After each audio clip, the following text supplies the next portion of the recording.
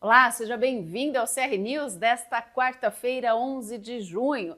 E vamos começar a edição de hoje falando que um caminhão carregado com arroz e outros mantimentos tombou na Avenida Olímpia, na rotatória para Catiguá, bem na entrada de Catanduva. O acidente aconteceu na manhã de hoje, quarta-feira, por volta das 9 horas. E de acordo com informações do Corpo de Bombeiros, o veículo apresentou falhas no freio e na hora de fazer a curva da rotatória acabou tombando. A Polícia Militar, a Polícia Rodoviária, o SAMU e o Corpo de Bombeiros estiveram no local. O trânsito ficou parcialmente congestionado. O pessoal que saía da rodovia Pedro Monteleone, a rodovia da Laranja, e tentava entrar na cidade, teve dificuldade, mas logo o problema do trânsito foi resolvido. Equipes da concessionária Ecovias foram acionadas e conseguiram fazer o destombamento do caminhão, que continha carga seca, arroz, dentre outros mantimentos. E apesar do susto, o motorista não se feriu. As causas do acidente estão sendo apuradas. E por falar em acidente, uma viatura da Corregedoria da Polícia Militar de São Paulo capotou na manhã de hoje na alça de acesso à rodovia Washington Luiz, em Cedral. O veículo seguia em direção a Rio Preto quando o motorista perdeu o controle da direção e capotou. Apesar da gravidade, os 4 policiais que estavam no veículo escaparam ilesos. Equipes da PM da Polícia Militar Rodoviária foram acionadas para prestar apoio. Técnicos da concessionária Ecovias, responsável pela administração do trecho, também estiveram no local para auxiliar na remoção do veículo e na reorganização do tráfego. As causas do acidente ainda estão sendo apuradas. O trânsito na alça de acesso chegou a apresentar lentidão durante a manhã, mas foi normalizado nas horas seguintes. As férias escolares estão chegando e as escolas da rede estadual abrem inscrições para o almoço nas férias, que será ofertado em 3.700 unidades de ensino durante o recesso do mês de julho. Os pais ou responsáveis pelos estudantes devem manifestar interesse nas refeições destinadas aos alunos até o dia 27 de junho. As férias do meio do ano ocorrem entre os dias 3 e 22 de julho e nesse período a Secretaria da Educação do Estado de São Paulo vai abrir as unidades que ofertam a alimentação escolar de forma centralizada, ou seja, com contratos de cozinheiras e compras de insumos diretamente pela pasta para alimentação destinada aos alunos da rede. E para que os estudantes possam frequentar a escola no horário do almoço durante o recesso, pais e familiares devem responder à pesquisa de intenção por meio da Secretaria Escolar Digital ou manifestar interesse diretamente na unidade de ensino de origem de cada estudante. É preciso que cada escola tenha conhecimento dos interessados na alimentação escolar com antecedência para que o almoço seja preparado de acordo com a demanda, evitando assim desperdício de alimentos. A vida é bem melhor para quem tem pai. Isso também vale para a sua empresa.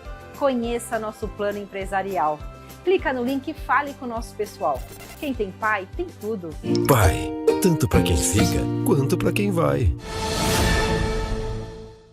E vamos falar sobre a sessão da Câmara de ontem. Os 2 projetos que estavam na pauta de trabalhos receberam pedido de vistas por 10 dias, ou seja, não foram discutidos e nem foram votados. Eles seguem tramitando na casa e retornarão ao plenário em breve. Os pedidos de vista foram feitos pelas comissões permanentes de Constituição, Justiça e Cidadania e Finanças e Orçamentos. Os vereadores membros das comissões pediram mais tempo para que a população participe com sugestões. Os projetos que receberam pedido de vistas foram o projeto de lei 26/2025, de autoria do prefeito, que dispõe sobre o plano plurianual para o quadriênio de 2026 a 2029, o chamado PPA, que é o projeto que estabelece o planejamento estratégico de médio prazo da Prefeitura Municipal. O outro pedido foi para o projeto de lei 27/2025, também de autoria do Executivo, que estabelece as diretrizes a serem observadas na elaboração da lei orçamentária do município para o exercício de 2026. O projeto é um instrumento legislativo que estabelece as diretrizes, as metas e as prioridades da administração municipal para a elaboração da Lei Orçamentária Anual, a chamada LOA. Olá, Natália, muito boa noite. Boa noite a todos que nos acompanham.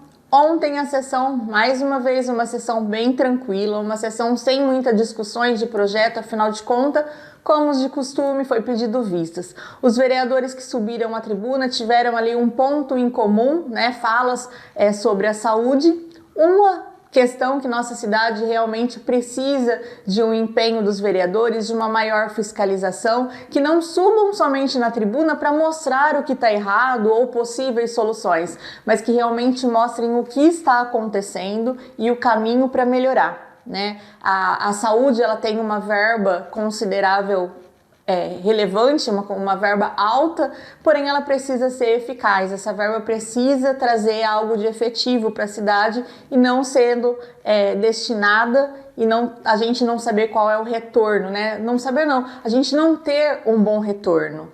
Onde está sendo investido, a gente vê aí pelo próprio portal da transparência e os próprios números que vereadores e prefeitura trazem.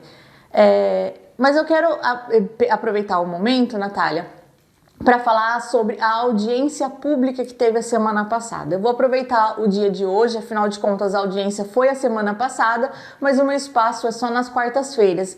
Então eu quero ressaltar alguns pontos do que aconteceu lá. A primeira questão que eu quero trazer foi a condução do David Roger nessa audiência pública. Eu participei de diversas aqui na nossa cidade, em São José do Rio Preto, às vezes pelo próprio YouTube, mas essa audiência em si, né, em específico, eu gostei muito da forma como ela foi conduzida. Achei que o David foi muito preparado e a forma didática em que ele apresentou, mostrou as siglas, mostrou para que serviria aquela audiência, foi muito esclarecedora. Então, gostei muito da forma que ela foi abordada, o espaço que deu tanto para os vereadores presentes quanto para os munícipes, e esse é o segundo ponto. Munícipes e vereadores. O presidente ali, no caso da comissão, David abriu para os vereadores e os munícipes falarem, né, darem opiniões, sugestões, fazerem questionamentos. E uma munícipe, na verdade, a hora que ela teve a fala, a Regina, ela fez um questionamento muito importante. Não é nem só direcionado à audiência, mas ela levantou o questionamento que a população de Catanduva não está participando, seja das sessões ou das audiências. Ali nessa sessão em específica, contando com a minha presença, acredito que tinham 4 munícipes, salvo engano, fora os assessores que compunham ali as cadeiras. Então ela levantou esse questionamento, ela falou, eu não sei como, mas vocês precisam trabalhar de alguma forma para trazer os munícipes para participar da política, para participar das sessões, do que vem ocorrendo na Câmara. E é um ponto muito importante, um ponto que eu sempre trago aqui, que é a participação de comentaristas políticos, a participação da imprensa, a participação da população, é o que faz a nossa cidade melhor. A própria imprensa não participa das sessões, não participou da audiência pública fisicamente, talvez replicam matérias, talvez assistem pelo YouTube, mas lá presencialmente não participam, assim como a população.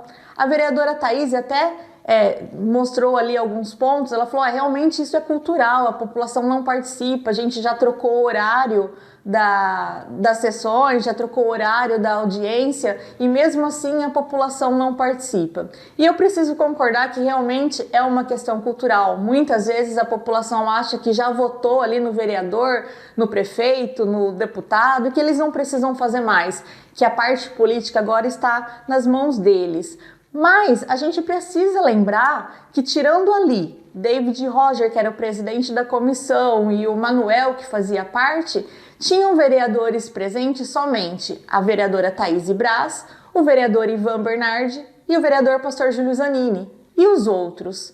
Como que a gente vai conseguir mobilizar a população, falar que algo é importante para a cidade, sendo que nem os próprios vereadores da casa vão para assistir, vão para participar de uma audiência pública? Cadê o comprometimento? Então é difícil, fica muito difícil a gente mobilizar a população, empresários, trazer novos comentaristas políticos, seja da nossa cidade, da região ou mesmo do Brasil, como é o meu caso, se os próprios vereadores que foram eleitos para nos representar não participam. Sejam por falta de interesse, seja por outros compromissos, mas cadê a prioridade desses vereadores?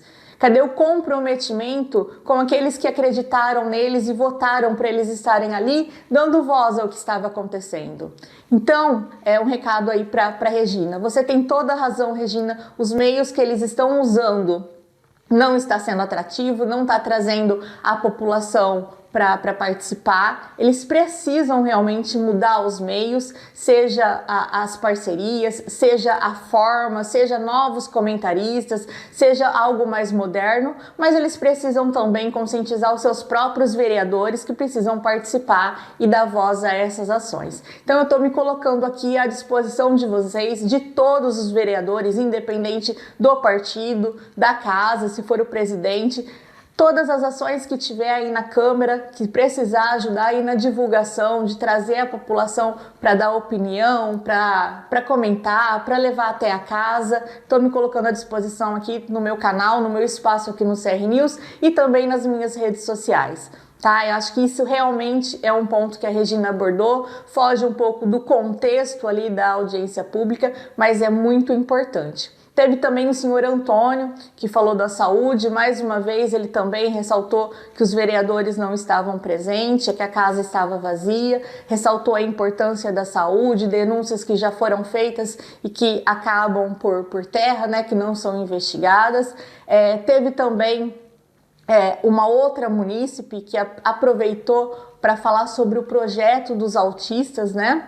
E mostrou ali a importância da união entre vereadores, que precisa ser um pouco mais de nós e deixar o eu de lado, olhar para os projetos sociais, dar atenção, que realmente é um questionamento que sempre temos aqui também no jornal, que às vezes tem projetos, tem ideias, mas não se tem espaço. Então ela deu ali um depoimento até bem prolongado, falando dela mesmo, e foi muito interessante.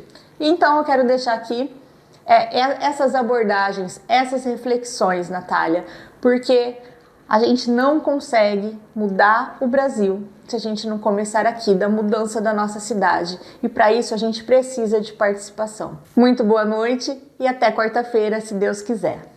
Tchau!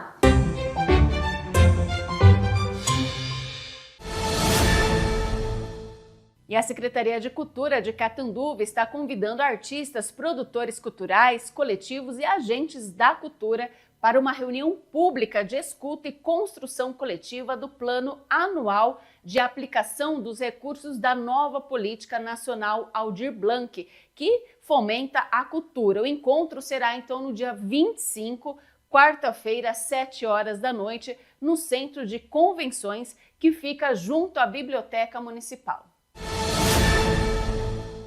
Em alusão ao Dia Mundial de Combate ao Trabalho Infantil, dia 12 de junho, a Prefeitura de Catanduva, por meio da Secretaria Municipal de Assistência e Desenvolvimento Social, realiza o simpósio Juntos para Proteger. O evento será realizado nesta quinta-feira, então dia 12, a partir das 8h30 da manhã, no Sim Comércio, localizado na Avenida Benedito Zancanner 720. O encontro é voltado especialmente para o setor empresarial e tem como objetivo promover a conscientização sobre a urgência de proteger crianças e adolescentes contra o trabalho infantil e a mendicância. A proposta é sensibilizar os empresários sobre o papel fundamental que cada um pode exercer na construção de uma sociedade mais segura, justa e acolhedora para as novas gerações. O simpósio vai enfatizar que crianças que vendem balas, dentre outros produtos, nas ruas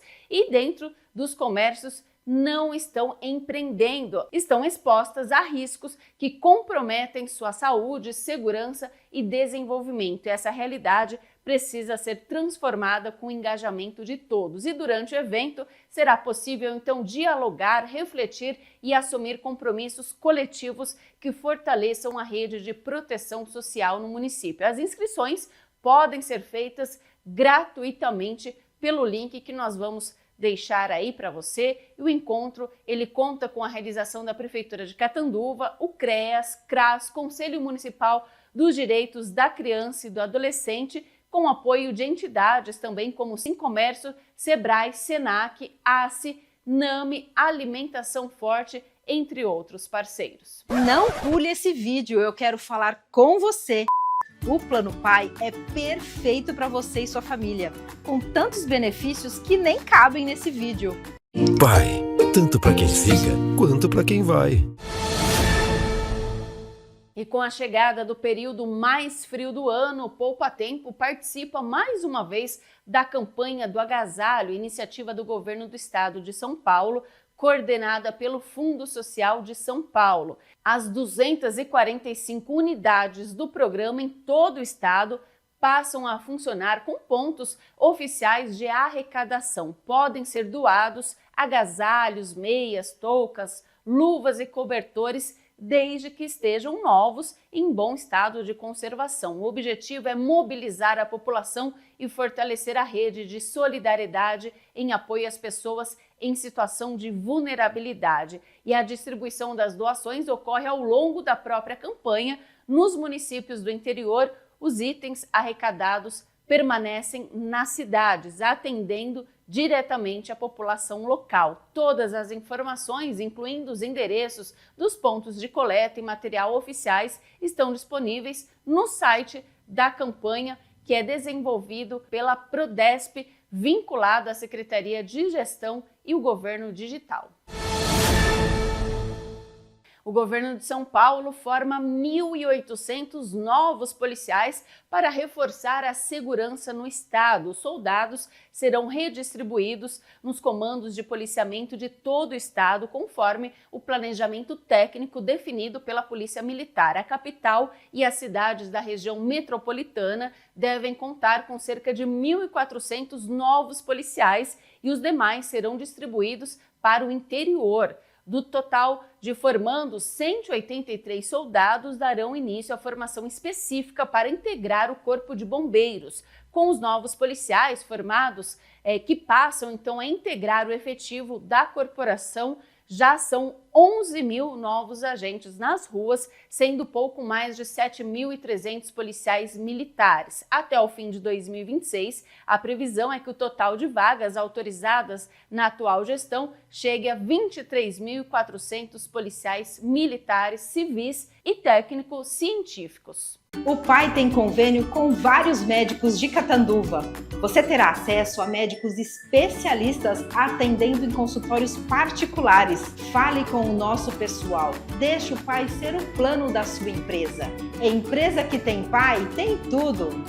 Pai, tanto para quem fica, quanto para quem vai. E por falar em policiais, a Polícia Militar de São Paulo estabeleceu uma parceria com o Google para aprimorar o combate aos crimes de roubos e furtos de celulares. A ferramenta vai permitir que os policiais, durante o atendimento de ocorrências, consigam fazer o bloqueio remotamente de um aparelho subtraído, mas a funcionalidade só será acionada a pedido da vítima, que deverá disponibilizar as informações para a ativação do serviço. Além de bloquear o aparelho, durante o atendimento da ocorrência, os policiais podem auxiliar a vítima a identificar a localização em tempo real, tocar um som para facilitar a sua identificação ou, em último caso, apagar todos os dados. Todas as ações devem ser documentadas pelo agente. O serviço poderá ser ativado com celulares com sistema operacional Android, que representa mais de 80% dos aparelhos. O Centro Paula Souza prorrogou até sexta-feira o prazo para inscrições no vestibulinho das escolas técnicas estaduais, as ETECs, para o segundo semestre de 2025. O candidato deve se inscrever pelo site vestibulinho.etec.sp.gov.br e, para participar do processo seletivo, é necessário pagar a taxa de R$ 30 até a próxima segunda-feira, dia 16. A prova será aplicada no dia 6 de julho, às 1h30 da tarde. E as ETECs oferecem 36 mil vagas para cursos gratuitos de ensino técnico, especializações técnicas e vagas remanescentes de segundo módulo para unidades de todo o estado de São Paulo. As opções de estudo estão distribuídas nas modalidades presencial, semipresencial e online. Para se inscrever, é preciso preencher a ficha e responder ao questionário socioeconômico. Também é necessário pagar a taxa de inscrição até segunda-feira.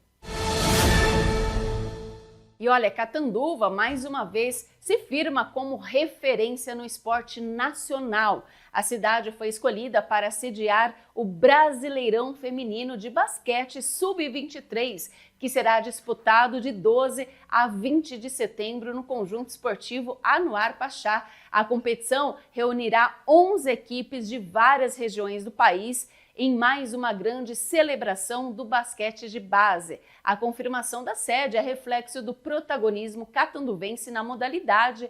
Olha só, em 2023 o time local foi vice-campeão do Sub-23. 2024 conquistou o título invicto no Sub-19. Agora, em 2025, Catanduva joga em casa com a confiança de quem conhece o caminho da vitória. Esse trabalho também gerou frutos em nível internacional. 3 atletas formadas nas categorias de base da SMEL foram convocadas para a Seleção Brasileira Feminina Sub-19, que disputará a Copa do Mundo da categoria entre os dias 12 e 20 de julho, na República Tcheca. Então são elas, olha, Isabela Silva, Micaela Freitas e Bianca Neves. E os jogos serão transmitidos ao vivo pelo canal da FIBA no YouTube. E o Jornal CR News termina aqui. Obrigada pela sua companhia, uma ótima noite e até amanhã.